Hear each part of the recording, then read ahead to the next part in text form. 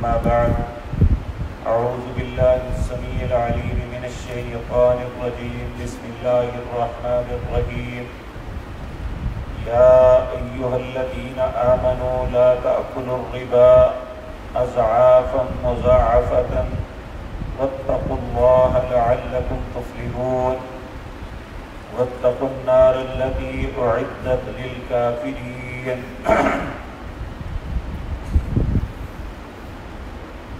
حضرات محترم، گزشتہ آیات میں اللہ رب العزت نے غزوہ احد کے متعلق جو مسلمانوں کے ساتھ معاملات ہوئے ان کا تذکرہ کیا، اور پھر اہل ایمان کو تسلی دینے کے لیے بدر کے اندر اللہ نے جو اپنی مدد اور نصرت بھیجی تھی اس کا تذکرہ کیا۔ اس کے ساتھ ہی اپنا رخ ایک ایسی بات کی طرف موڑا ہے کہ جس میں بظاہر سمجھ نہیں آتی کہ اس میں کیا حکمت ہے، لیکن ائمہ مفسرین نے بڑی تفصیل کے ساتھ اس کی حکمت بیان کی ہے۔ اللہ رب العزت اپنی بات کا ایک دم رخ موڑ کے اہل ایمان کو مخاطب کرتے ہیں کہ یا ایھا الذین آمنوا، اے لوگوں جو ایمان لائے ہو، لا تأکلوا الربا،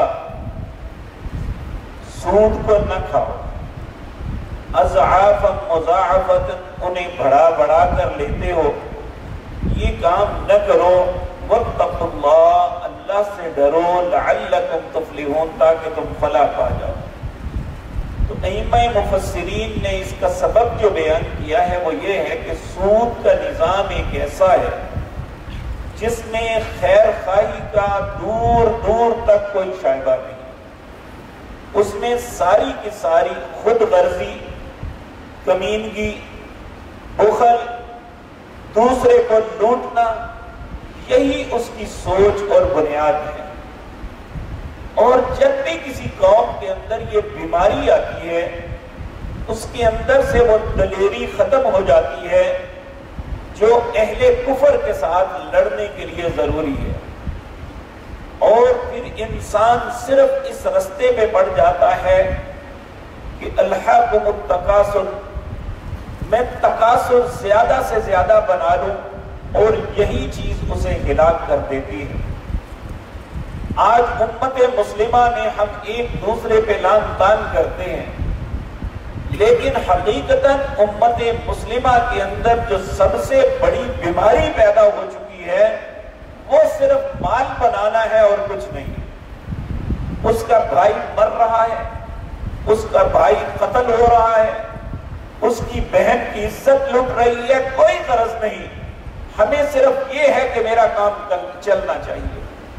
اور اس کا سبب دیکھیں کہ ایسے ہے جیسے ایک آندھی چلی ہے۔ نبی صلی اللہ علیہ وسلم نے فرمایا کہ ایک وقت آئے گا جس طرح آندھی چلتی ہے اور اس کی دھول اندر تک پہنچتی ہے، اس طرح سود پھیل جائے گا۔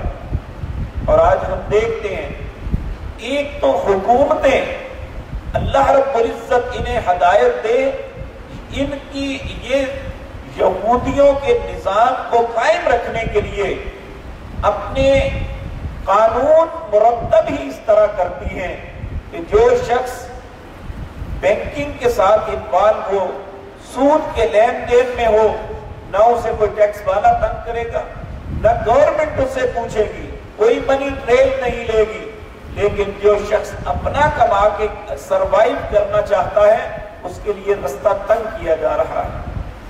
اور کچھ لوگوں کے اندر بھی یہ معاملہ ہے، ادھار اور نقد کے فرق، اور اسی طرح لینے دینے میں ڈیو جو بنائے جاتے ہیں کہ مہینے پہ ہو تو یہ ریٹ ہوگا، 2 مہینے پہ لو تو یہ ریٹ ہوگا، سود کی ایسے ایسے طریقے نکل آئے ہیں، اور ہر آدمی اسے اپنے لیے حلال تصور کر رہا ہے۔ یہ ہمارا حق گاڑی ہے، اسے لیزنگ پہ لے لیتے ہیں، نہ گورنمنٹ پوچھتی ہے، اور اپنے لیے بھی عجیب معاملہ ہے۔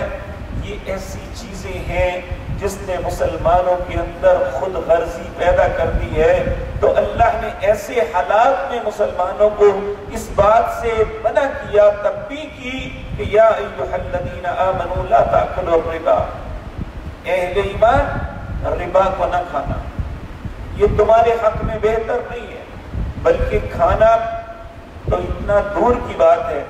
نبی صلی اللہ علیہ وسلم نے فرمایا سود کی 4 متعلقات ہیں۔ نمبر 1 سود لینے والا، نمبر 2 سود دینے والا، نمبر 3 ان کی بات کو لکھنے والا، نمبر 4 ان کے لیے گواہی دینے والا۔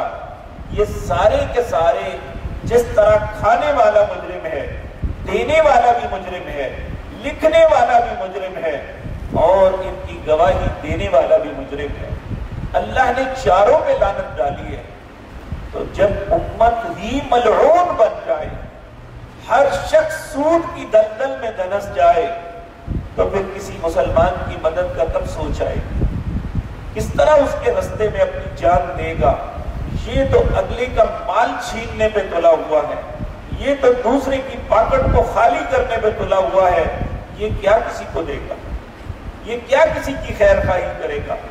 اس لیے اللہ رب العزت نے اہل ایمان کو جہاد کی بات کرتے کرتے درمیان میں یہ بات کہی، بلکہ نبی صلی اللہ علیہ وسلم کی ایک مشین گوئی ہے۔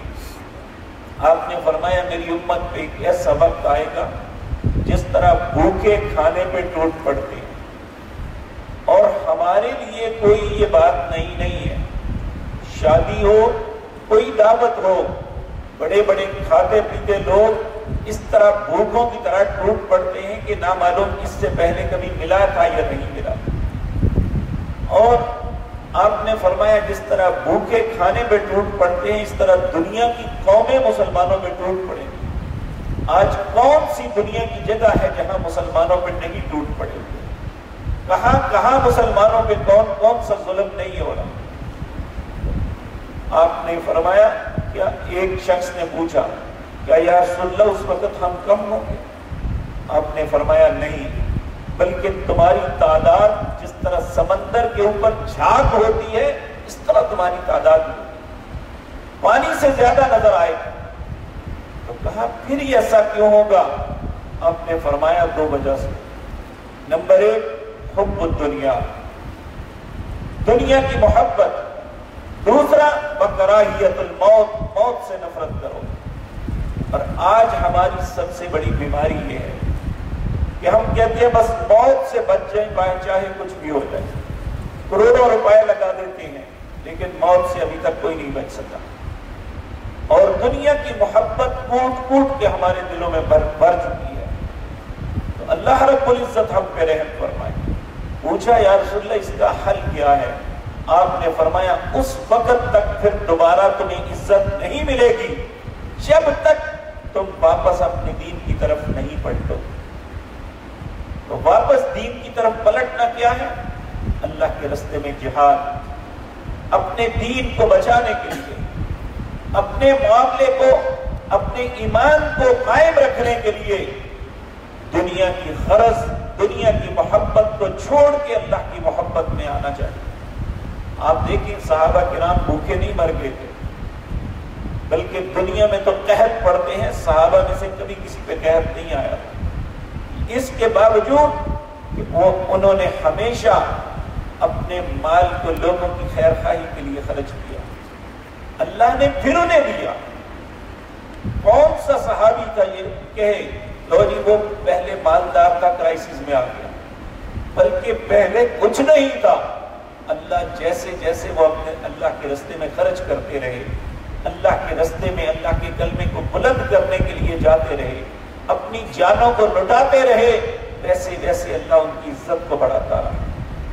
تو یہ قاعدہ قانون اللہ نے بتا دیا کہ دنیا کا مال، آج ہر بندہ ایک ہی رونا رو رہا ہے، معیشت معیشت معیشت۔ افغانستان کے لوگوں کی معیشت کیا ہم سے بہتر تھی کہ انہوں نے 2 سپر پاورز کو شکست دی ہے؟